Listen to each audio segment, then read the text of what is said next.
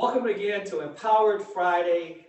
I want to give a shout out and a thank you to Dr. Jacqueline King, for giving me this opportunity to every Friday spend 15, 20 minutes with you, hopefully to empower you in many ways and to change perspectives and also to form perspectives. One of the reasons that I teach is I love to hear others' perspectives. And I'm not always right, but I do have perspectives on many topics. And a lot of that just comes from living and life and academia and education. We were talking last week about COVID and vaccinations, and hopefully in some way we empowered you or you empowered a friend to get vaccinated. So I thank you for that, and I'm proud of you for that. I want you to understand and walk with me as we talk.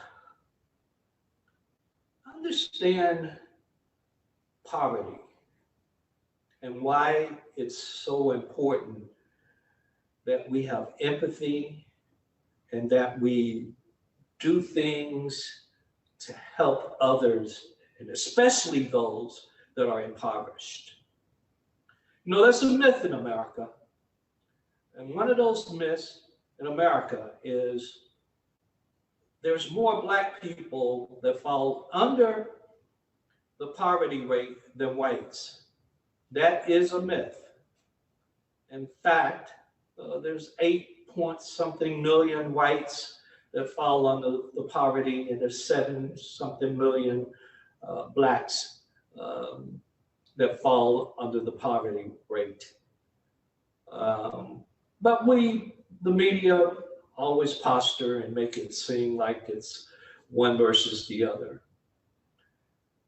But think about how poverty impacts all of us, and especially the people that are impoverished. Because when there's poverty, not always, but when there's poverty, there's also a lack of education. And when you aren't educated, and everybody should be given the opportunity of education. Education, knowledge is power. Everyone should be given that opportunity. But when you don't have the education, it impacts the way you see the world, the way you make decisions. So in this vicious circle of poverty, lack of education, knowledge is power, then we understand in our communities, it's not happenstance when we see those islands, those food islands, when we see those convenience stores, and we see those liquor stores, and we see those drug stores, and we see those fast food stores. That's not happenstance. And then as you go in this vicious circle,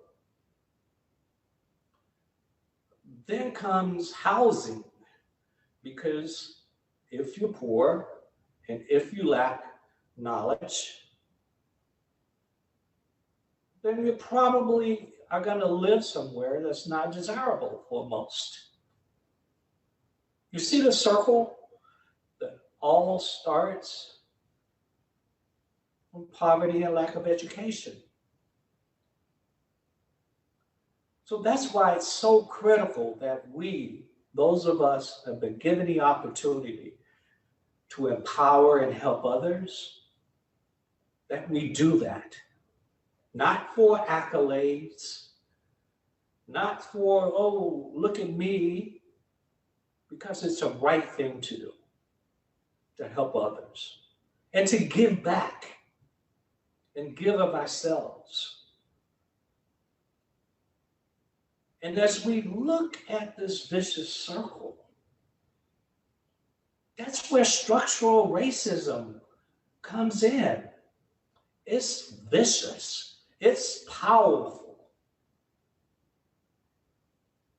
It's that circle of poverty, lack of knowledge, housing. Then comes, because of the lack of knowledge and poverty and housing, comes the health and wellness piece. One of the things that you're not going to do if you're in this circle is you're not going to be thinking about going to the doctor early and preventive medicine. You think about reactive medicine. You're not going to be proactive and understand the early detection and what that means.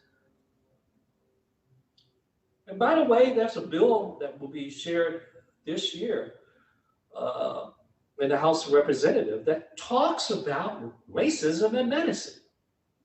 Folks, we have racism in every aspect of our lives. Every aspect. And some people don't have a chance.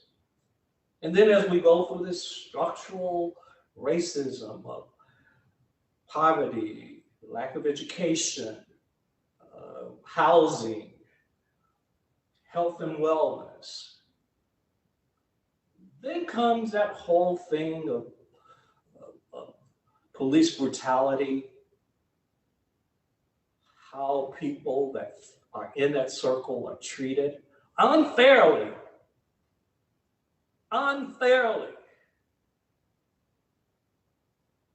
by our legal system. And by the way, folks, ladies, independent women, survivors, got some of your songs. By the way, one of the mistakes I think we've made is we focus on presidential election, senatorial, congressional elections, mayoral elections. But we don't focus on judges, councilmen and women, state governors, attorney generals. We don't focus on those. Excuse me. And it's about time that we do. It's time that we focus, because it's what's happening and surrounding us that impact us the most. So I ask that we begin to focus and understand also this structural racism, the political arena that comes with it.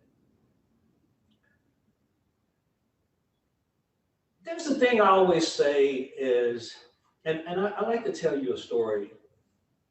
Many of you might remember years ago,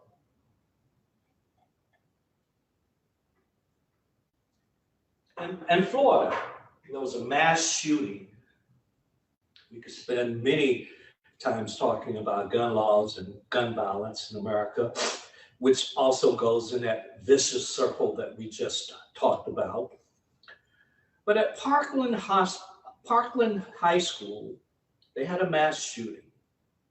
These were high school kids who had the social courage. So I want the takeaway for you today is understanding social courage and what that meant and what that means. So here these high school kids, they make a stand. They get on social media, they unify, they go to Washington, hundreds of thousands, maybe 1 million people march on Washington. Teenage kids put this together. High school kids. They said one day we're going to not go to class around America. And one day kids around America didn't go to class to get everyone's attention. They had the social courage to speak up, to speak out sooner, quicker, faster about racism, sexism, xenophobia, homophobia, poverty, colorism. You and I have to have that social courage to speak up and speak out sooner, quicker, faster. Sooner, quicker, faster. Sooner, quicker, faster. On these important topics. They're not going to go away. But it's up to us to effectively change. I always like to leave you with a thought.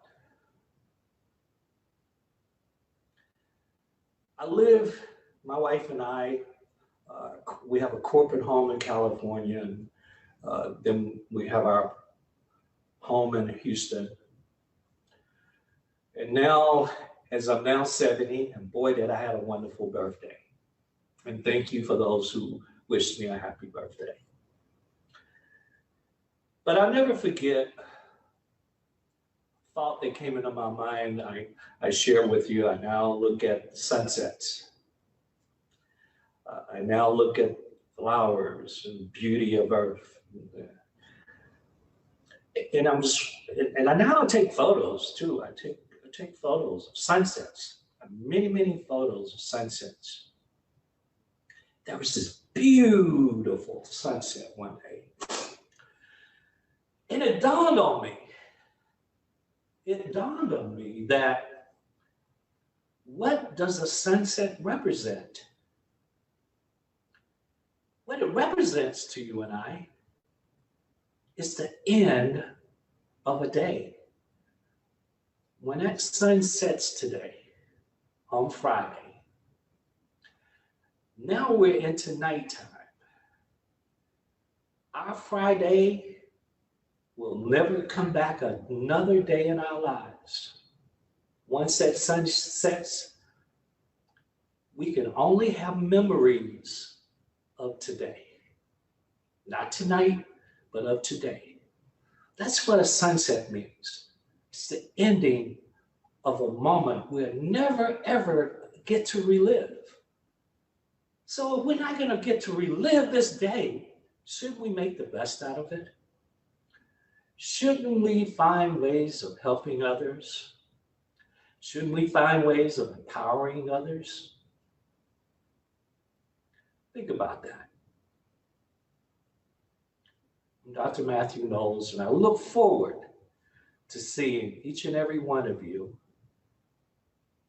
By the way, please share. Share with a friend. We like to share negatives. Hopefully this is positive. Please share what we're doing together here. I'll see you next week. I'm out.